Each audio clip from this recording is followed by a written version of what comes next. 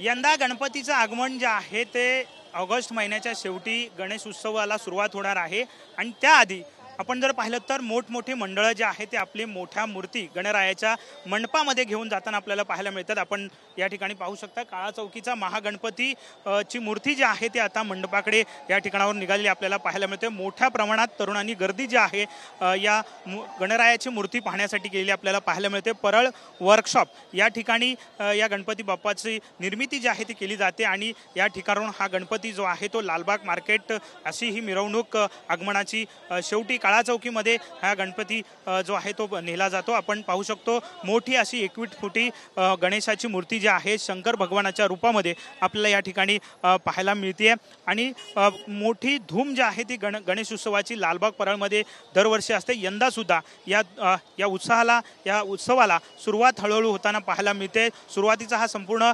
आगमनाचा काळ जो आहे तो असतो आणि तेव्हा वेगवेगळे गणपती या परळ वर्कशॉपमधून पुढे मंडपापर्यंत नेले जातात मंडळाकडून, कारण पुढील तयारी जी आहे ती मंडळांना करायची असते आणि त्याच अनुषंगाने आज हे आगमन मिरवणूक जी आहे ते काळा चौकीच्या गणपतीची या ठिकाणी सुरू झालेली आपल्याला पाहायला मिळते। मोठ्या प्रमाणात उत्साह जो आहे तो साहजिकच गणेश भक्तांमध्ये दिसून येतोय। कॅमेरामन आदिल सोबत विनायक डावरुंग, टीव्ही9 मराठी, मुंबई।